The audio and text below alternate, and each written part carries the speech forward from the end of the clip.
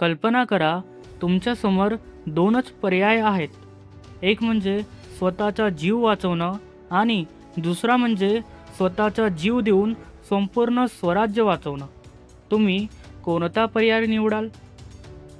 शिवाकाशीच्या बलिदानामुळे छत्रपती शिवाजी महाराज पन्हाळगडातून सुखरूप बाहेर पडले. पण खरी परीक्षा अजून बाकी होती. महाराज विशालगडाकडे वेगाने निघाले होते आणि त्यांच्या मागे सिद्धी जोहरचं प्रचंड सैन्य पाठलाग करत होतं. जर ते सैन्य महाराजांपर्यंत पोचलं असतं तर स्वराज्यावर मोठं संकट आलं असतं. अशा वेळी एक माणूस पुढे आला. नाव होतं बाजी प्रभू देशपांडे. ते महाराजांना म्हणाले, महाराज, तुम्ही विशालगड गाठा, तोपर्यंत हा शत्रू मी इथेच अडवतो. त्या एका वाक्यात त्यांचा मृत्यू निश्चित होता, पण स्वराज्याचा विजयही लपलेला होता. घोडखिंडीत अवघ्या काहीशे मावळ्यांसह बाजीप्रभूंनी हजारो शत्रूंना तासनतास रोखून धरलं.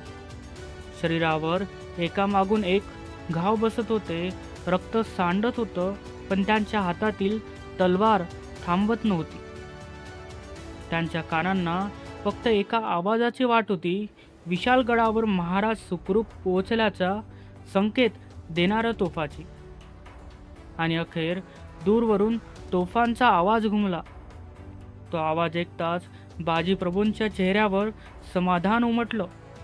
त्यांनी आकाशाकडे पाहिलं आणि स्वराज्यासाठी आपला अखेरचा श्वास घेतला. त्या दिवसापासून घोडखिंड ही फक्त एक खिंड राहिली नाही, ती पावनखिंड बनली. कारण त्या मातीत एका वीराचं रक्त मिसळलं होतं आणि त्या रक्ताने स्वराज्याचा इतिहास लिहिला. धन्यवाद.